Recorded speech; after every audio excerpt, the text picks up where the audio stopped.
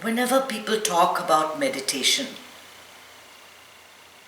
they talk about shutting down the mind, clearing all the thoughts, stopping all the thoughts.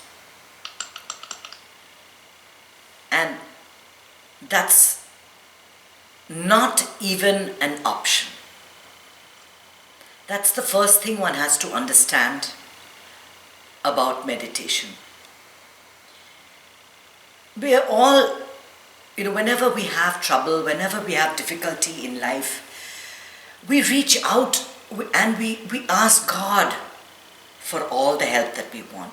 God that is infinite, that is all-powerful, that understands, that controls all of our destiny, that knows much more than that. This is the God that we're reaching out to all the time. This all-powerful, eternal, ever-present, ever-increasing God.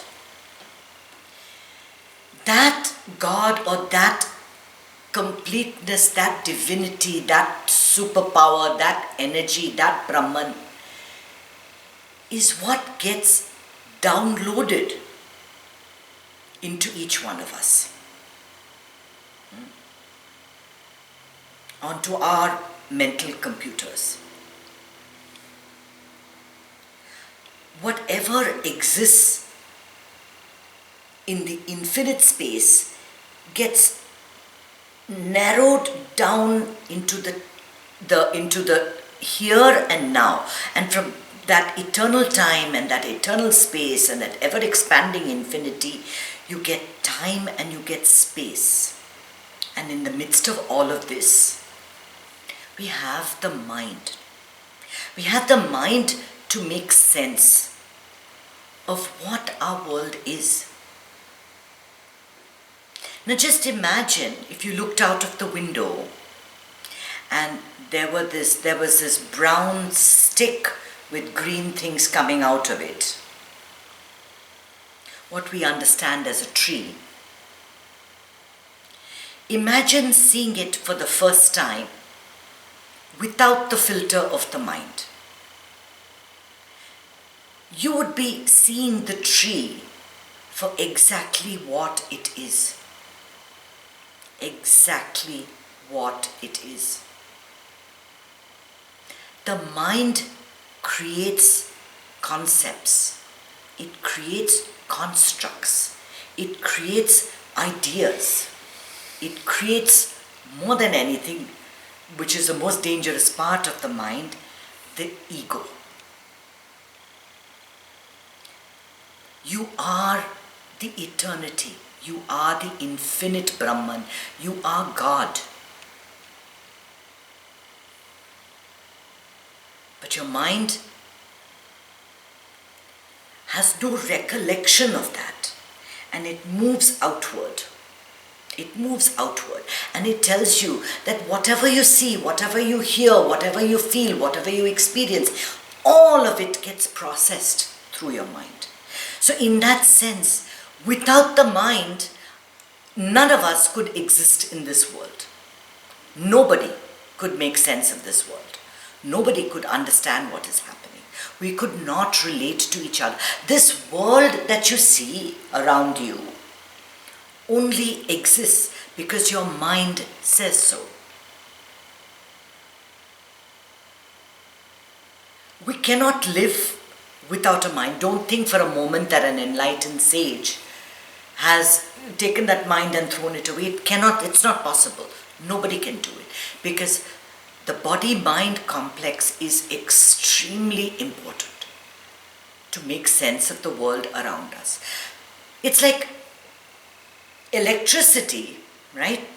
Electricity freely flows into the video camera, into the computer, into the phone when it's charged, into a washing machine, into a hairdryer, right? It's the same electricity that fuels all of these devices. The problem arises when the hairdryer wants to become the television camera. Is that even possible? Whatever you are programmed for is what you will use that electricity for. We all have an inner programming, a downloading of software into these bodies, into this body-mind complex. And only that will manifest in this world, right? A hairdryer cannot become a computer. A television cannot become a battery-charged car, right? We cannot be something we are not designed for. And the mind is what tells us that you're living your life as a hairdryer. This is a boring life. You should aspire to be a television camera, a television screen, a computer. And you want that so badly. You want to be that television screen so badly that your entire life is spent lamenting the fact that you're a hairdryer and dying to be the television screen, which you can never be, which you were not hardwired for. And it doesn't matter how much you long for it. It does not matter how much you want it. What manifests in this world is what you're hardwired for, and what comes up in your world are just these series of happenings, these series of things that continue to happen. So your mind is essentially a computer, something that creates meaning in your world. It's like a dictionary, your own personal dictionary. It's telling you how to make sense of what is happening around you. But we have two parts of this mind, the way I see it and the way Ramesh Balsekar describes it. And I thought that appealed to me instantly. I'm like, yes, this is what I was looking for. I have a mind that's a working mind that I need for my daily activity. It's got a little bit of fear, it's got a little bit of anxiety, it's got a little bit of desires, it's got a little bit of needs, it's got everything.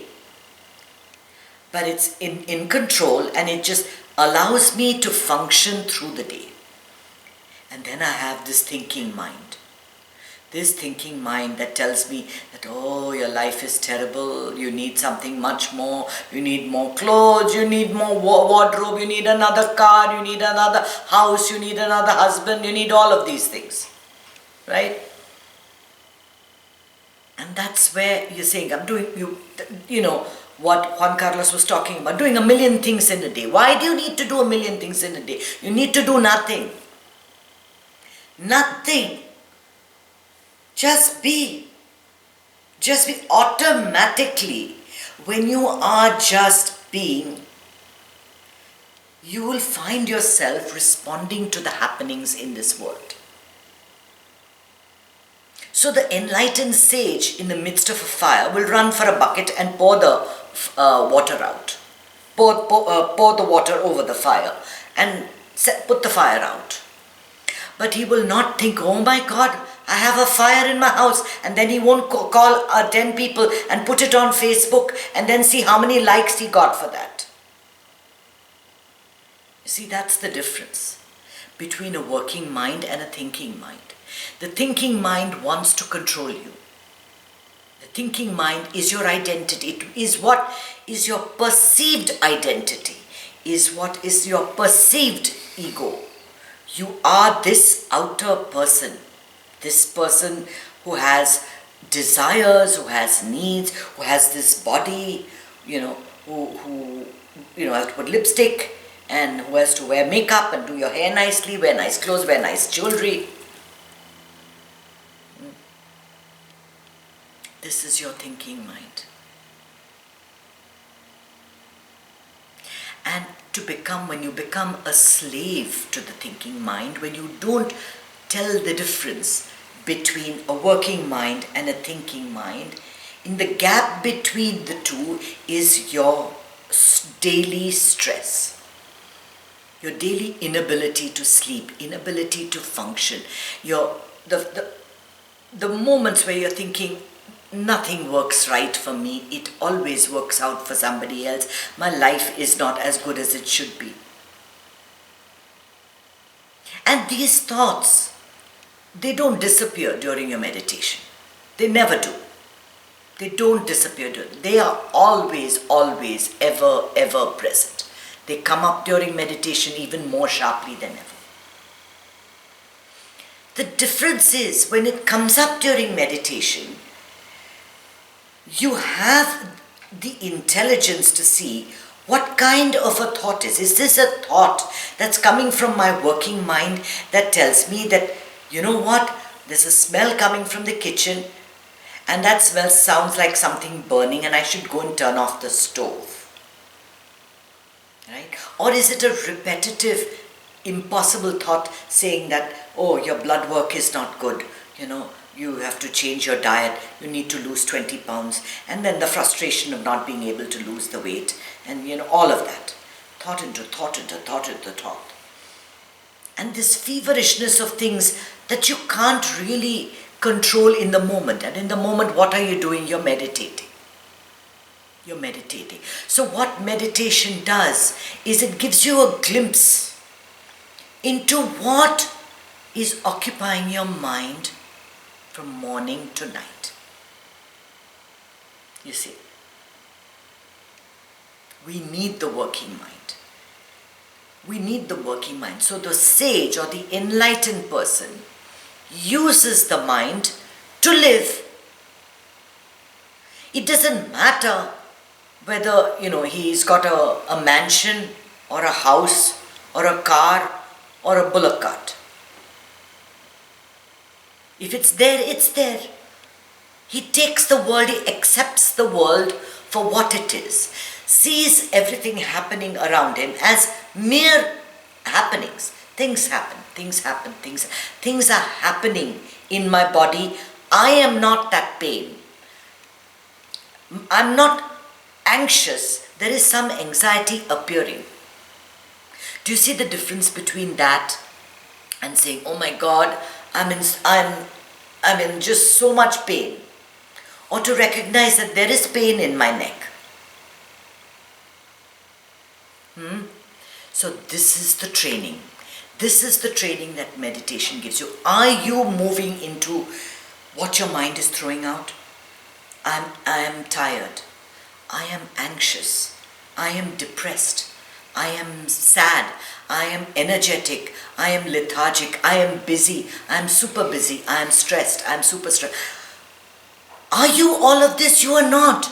These are the things that are happening in your daily life, in your consciousness. These are your life situations that are taking place. And your thinking mind wants you to feel that, oh, this is you. This is what is happening in your life. This is it. But you do have the ability to wake up. What is enlightenment? What is enlightenment? It is not some lights flashing in your head. It is just an awakening to the fact that you are not the body, you are not the mind, you are not the thoughts, you are not the ego, you are not the breath, you are none of that. You are that in which all this comes up. All this comes up. Even your body is something you know exists. And you know that the you in you, the truth of everything, is something that is always there. Do you ever think, I don't exist? I am not. Have you ever had that thought that I am not? I am not here. Don't you always feel that I am? Yes or no? Have you ever had the thought, I am not? No. No.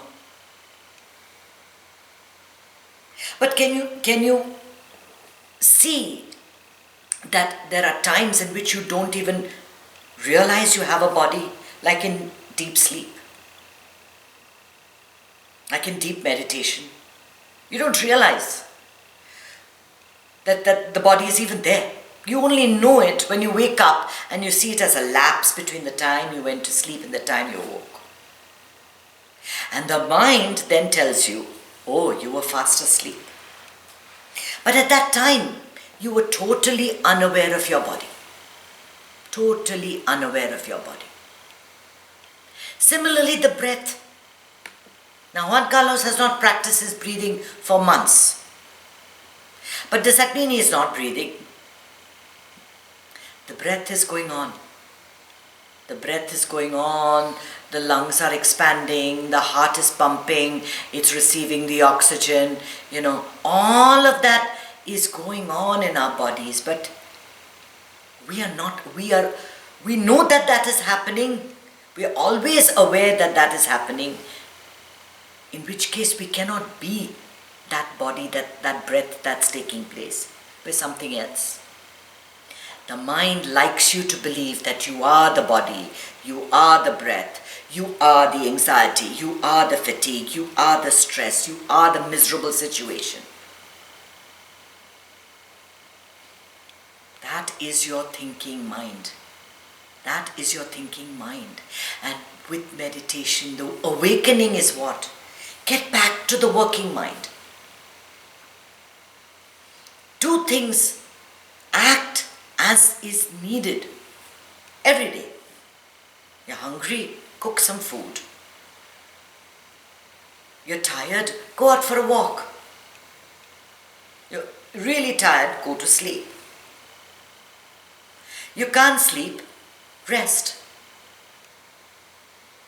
What do we do when we can't sleep? Oh, we're not sleeping. All the thoughts are coming, all this tension. Now I'm not sleeping. Now what's going to happen to me? I lost my sleep for a whole night. I'm not getting sleep. This is terrible. Well, the last 4 days, I have to confess that that has been my complaint. And the awakening is to understand that that's okay. That's okay when you can't sleep for a few days. That's okay if there's a situation with your body. That's okay if there's a loss. That's okay if things are happening. It's all about right action in the moment, just responding correctly to everything that's happening in your life. Not becoming the situation, not becoming the thought, not becoming the feeling, not becoming the sensation, not moving your identity away from that infinite source. You are the supreme, infinite source. You call it what you want. You want to call it God, call it God. You want to call it Brahman, call it Brahman. You want to call it Barbie doll, call it Barbie doll. Call it whatever you want. That's what you are. Don't get caught up in this body. The thing is that we are conditioned, right? It's very difficult to break your conditioning because you've been conditioned for 40 years, 50 years, whatever, however long. But to be able to wake up to it and say, it's fine, aham satyam jagat mithyam, this is all a delusion of life.